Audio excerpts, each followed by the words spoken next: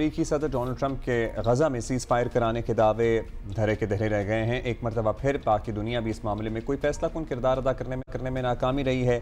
Israel की हरधर्मी जंगबंदी में बड़ी रुकावट समझी जा रही है। इसराइल कहता कुछ और है लेकिन करता वही है जो वो कर रहा है और कितने अरसे से कर रहा है, अपनी मर्जी से। इस वक्त भी गजा में इंसानी तारीख का बदतरीन जुल्म जारी है। इजरायली हमलों में कल भी 105 फलस्तीनी शहीद हो गए हैं।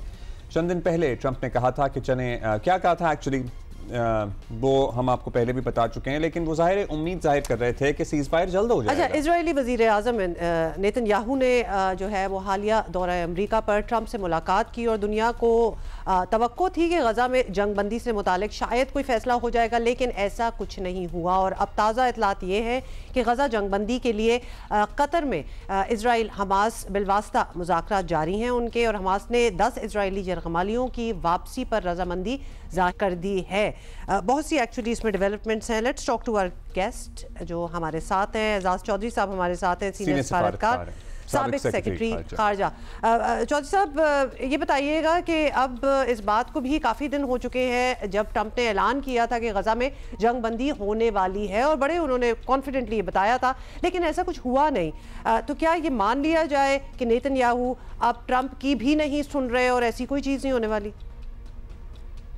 जी, पहले तो मैं ये कहूँगा कि जंग बंदी तो वहाँ होगी जहाँ दो फरीक आपस में जंग कर रहे हों। यहाँ तो एक ही फरीक दूसरे फरीक पर गोलियां बरसा रहा है, बम बरसा रहा है, नहते शहरियों को मार रहा है।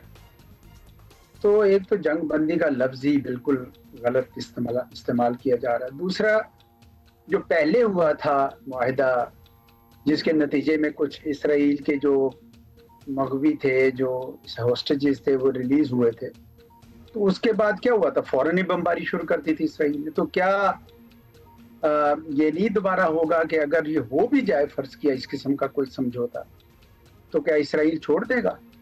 वो तो फिर वो तो सिर्फ अपने जो हॉस्टेजेस हैं वो रिहा करवाना चाहते हैं, उसके अलावा तो कोई नहीं है। इसराइल के जो इरादे हैं वो तो सब पे वाजे हैं कि वो पूरे का पूरा गजा खाली कराना चाहता है, वेस्ट बैंक खाली कराना चाहता है, वो ग्रेटर इजराइल के ख्वाब देख रहा है, और अमेरिका की मुकम्मल तौर पर हमायत उसके शामिल है। ये हो सकता है कि कुछ मामलों में वो अमेरिका की भी ना सुने या अमेरिकी सदर की भी ना सुने, क्योंकि उसको पता है कि पूरी कांग्रेस जो है अमेरिका की वो इसराइल के साथ है। लेकिन बिलअमूम तो सारे अमरीकी उनके साथ ही। आपने देखें कि इसराइल के जोर देने पर उन्होंने बाकायदा हमला कर दिया था ईरान के ऊपर, और वो फिर खैर जंग बंद हो गई, अच्छा हुआ बंद हो गई। लेकिन कहने का मतलब ये है कि ये कोई समझौता ऐसा नहीं है, कोई ऐसी डील नहीं है, कोई ऐसा जंग बंदी नहीं है जिसका कोई एतबार किया जा सके। तो बड़ी मुश्किल में है गजा के लोग, क्योंकि ना इसका फ़ायदा हो रहा है और ना ही कोई आगे कोई सिलसिला बन रहा है, कोई सही जो हल है वो नहीं निकल रहा। आपको क्या लगता है अब ट्रंप की कोई जेन्युइन कोशिश है या नहीं है? पता नहीं है कि नहीं है, लेकिन गजा में तो अब हद ही हो चुकी है। एक जेनोसाइड चल रहा है और चला जा रहा है। अमेरिका के अलावा रूस है, चीन है, पूरा यूरोप है। क्या इन हुकूमतों की, यूनाइटेड नेशंस है, कोई इंटरवेंशन हो सकती है, कोई जिम्मेदारी है? हम एक ऐसे अजीबोगरीब दौर में दाखिल हो गए हैं जहाँ ना सिर्फ कोई कानून नहीं रहा, बल्कि मैं कहता हूँ कि कोई अखलाकियात भी नहीं बची। आपने देखा है कि इतना बड़ा जुल्म हमारे सामने, मुझे तो मंगोलों का दौर लग रहा है, हो रहा है, कि जिसके अंदर एक वहशियाना बमबारी हो रही है और कोई मुल्क नहीं कुछ कर पा रहा। अमेरिका तो वैसे ही इसराइल के साथ है, लेकिन यूरोप के ममालिक भी कुछ बोलते हैं लेकिन कुछ कर नहीं पाते हैं, और अरब ममालिक भी कुछ नहीं कर पा रहे, मुसलमान ममालिक भी कुछ नहीं कर पा रहे, सब हाथ पे हाथ धरे बैठे हैं।